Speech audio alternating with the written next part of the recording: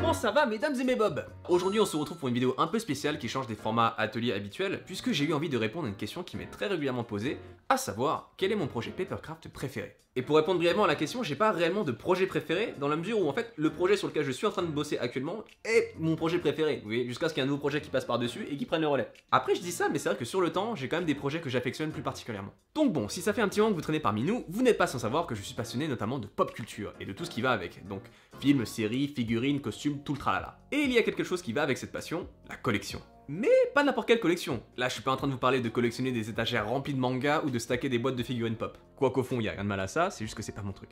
Moi, mon truc, c'est de collectionner les objets qui sont issus d'une franchise qui m'a impacté, et c'est encore mieux si j'ai l'opportunité de fabriquer cet objet. Parce que du coup, j'aurais vraiment mis toute mon âme, tout mon cœur dedans, vous voyez, et du coup, il aura toute une histoire, enfin bref, c'est mon genre de délire. Et donc, dans ma collection, vous allez retrouver des objets comme mon petit camion d'Optimus Prime signé par Optimus Prime, dont j'ai fait une petite vidéo entièrement dédiée à ce sujet que vous pourrez retrouver juste ici, mon petit sac à dos dédicacé par tout le cast de The Amazing Spider-Man 2, The Amazing Spider-Man 2, mon casque du Power Ranger vert et blanc, dédicacé par le Ranger vert et blanc, dont j'ai fait une petite vidéo entièrement dédiée à ce sujet que vous pourrez retrouver juste ici, ou encore mon casque d'Iron Man signé par Robert Downey Jr.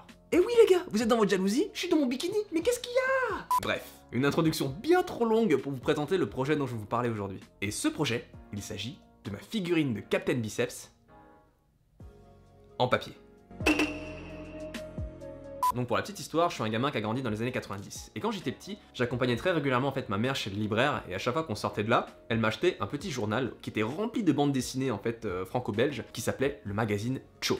Même le magazine Cho. En fait, c'était une espèce de journal qu'on pouvait déplier, et dedans il y avait plein de petits jeux, plein d'extraits de bandes dessinées du type Titeuf, Frankie, Lou, il y avait quoi d'autre? Il y avait Samson et Néon par exemple. Bref, plein de bandes dessinées dans le genre qui étaient plus orientées pour les enfants, et qui étaient éditées par la maison Glénat.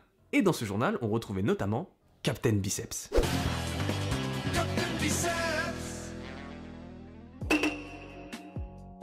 Et donc pour revenir sur le sujet principal de la vidéo, quand j'étais petit et que je lisais Captain Biceps, il y avait un truc qui m'a toujours frustré. En achetant le tome 1 de la bande dessinée, il nous offrait ce petit comic book qui raconte en fait les origines de Captain Biceps. Et au dos de ce comic book, il y avait une fausse pub pour un faux jouet de Captain Biceps. Sauf que moi là, quand j'ai 12 ans et que je vois ça, eh ben je veux. Et donc en grandissant, ça a toujours été un projet que j'ai gardé dans un coin de ma tête et où je me disais, puisque cette figurine n'existe pas, eh bien je la fabriquerai moi-même. Et c'est un projet qui s'est ajouté à ma liste et sur lequel je ne suis pas revenu pendant plusieurs années. Jusqu'en 2017. On fait un petit bond dans le futur et on se retrouve en 2017. Et en 2017, ça faisait à peu près 3 ans que j'avais démarré ma carrière de designer papier. Encore un faux métier ça. Et je me souviens plus exactement du contexte, mais on s'était retrouvé genre à 10 personnes à table dans un resto à Paris. Et moi comme d'habitude, je raconte ma life. Et vraiment je sais plus du tout comment on en est arrivé là, mais je parlais à un petit monsieur et j'étais en train de lui raconter ce que je vous raconte aujourd'hui là, avec toute mon enfance, avec le magazine Show, avec Titeuf, avec Captain Biceps, et comment j'ai grandi avec Glénat. Et ce jour-là mes petits bobs, alors je sais pas quelle planète était alignée ou de quel pied je m'étais levé, mais le monde est quand même petit. Puisqu'il se trouve que ce petit monsieur n'était ni plus ni moins que l'éditeur en chef de la maison Glénat. Donc moi là, pendant que j'étais naïvement en train de lui raconter ma life et mon enfance là, lui dans sa tête, il devait être comme ça. Mais ce pauvre garçon n'est pas prêt. Quand son petit esprit de moldu va découvrir quelle est ma réelle identité, il sera totalement anéanti. Intéressant tout ça. La conversation se poursuit, on discute, on échange, on mange aussi, faut pas déconner. Et donc, notre nouvel ami éditeur me propose de bosser sur un projet à l'occasion de la sortie du tome 15 de Titeuf et de travailler sur 2 modèles Papercraft de Titeuf afin de décorer en fait la soirée événementielle qu'ils avaient organisée pour célébrer la sortie du nouveau tome. Donc là les enfants, je vous parle d'une époque un peu lointaine qui commence à remonter un petit moment maintenant, où on pouvait encore rencontrer des gens, passer une bonne soirée, se regrouper. Et plus sérieusement, puisqu'une bonne nouvelle n'arrive jamais seule, j'ai appris à cette soirée qu'il y allait avoir Zep, l'auteur de Titeuf, mais également l'auteur de Captain Biceps. Donc là mes petits gars, vous imaginez bien, moi je suis comme un ouf. J'allais avoir l'opportunité de rencontrer un des 2 artistes qui a contribué à créer Captain Biceps. Oui, parce qu'il y a Zep qui est auteur sur la BD et il y a Thébo qui est illustrateur sur la BD. Et comme de bonnes nouvelles n'arrivent jamais seules, j'ai ensuite appris que la soirée se passait dans 2 semaines. 2 semaines, oui. Oui. Et à ce moment-là, vous vous doutez bien, c'est la panique.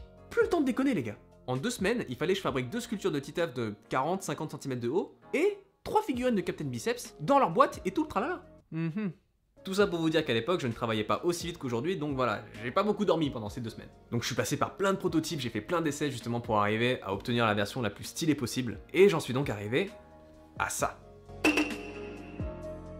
Ça me tenait vraiment à cœur d'essayer de reproduire avec un maximum de fidélité l'illustration qui était au dos du comic book, et je pense qu'on a quand même fait un bon travail. j'ai designé toute la figurine, toute la boîte, et j'en ai réalisé 3 modèles. Un pour Thébo, un pour Zep, et un pour moi. Ah oui, et vous voyez tous les petits détails jaunes qu'il y a sur la figurine? Je vous ai saupoudré ça avec un petit peu de feuille d'or 22 carats, vous savez, juste pour la petite touche du chef. Donc c'est pour vous dire, hein, déjà à l'époque, j'avais tout un délire avec la feuille d'or. Oh la michto. Et donc, suite à cela, j'ai eu l'opportunité de rencontrer Zep à cette fameuse soirée, et je vous dis, hein, franchement les gars, toute la soirée, j'avais le sourire, mais j'étais comme ça pendant toute la soirée. Je suis très à l'aise. Et surtout, il a même eu la gentillesse de prendre le temps justement de me faire une petite dédicace spéciale à l'arrière de ma figurine, alors que voilà, normalement il était pas censé en faire parce qu'il y a quand même beaucoup de monde à ce genre de soirée, et juste voilà, ça se demande pas trop normalement. Mais nous on est des gratteurs, on n'est pas des gratteurs. Donc à ce moment-là, Zep m'a fait la première partie de la dédicace, et quelques temps après, j'ai eu l'opportunité de rencontrer Thébo, qui m'a fait la deuxième moitié de la dédicace. Je suis toujours très à l'aise. Et encore une fois les gars, à ce moment-là, la banane mais comme ça. Et toutes ces aventures et ces émotions afin d'obtenir une pièce qui est vraiment unique dans ma collection et qui, comme je vous l'ai dit au début de la vidéo, est certainement si ce n'est mon projet préféré. Et c'est pour vous dire les gars, c'est un projet qui a germé dans ma tête en 2004 quand j'avais 12 ans lors de la première publication de Captain Biceps et qui s'est finalisé en 2017 quand j'avais 25 ans les gars. Donc si vous aussi vous avez des projets comme celui-ci qui traînent dans les fonds de tiroir dans un placard au fin fond de votre tête là, lancez-vous. Vous n'êtes pas à l'abri un jour de faire un repas avec des gens random que vous ne connaissez pas et qui s'avère être au final la personne qui va vous mettre en lien directement avec votre objectif. Et j'imagine que la petite morale de cette longue histoire, c'est qu'au final, les opportunités, on se les crée et quand elles se présentent, il faut être prêt. Et donc voilà, c'est une vidéo qui nous change un peu du rythme d'habitude et j'espère que cette histoire vous aura vraiment plu. En tout cas, moi ça m'a fait vraiment plaisir de me replonger là-dedans et de vous partager, pour le coup, mon projet préféré en Papercraft. Et comme d'habitude les gars, je vous invite à laisser un petit pouce bleu, à vous abonner et à me dire en commentaire si vous aussi vous avez des projets comme ça qui vous tiennent à cœur. Et en attendant, je vous retrouve très prochainement pour un nouvel atelier. Allez, ciao tchou!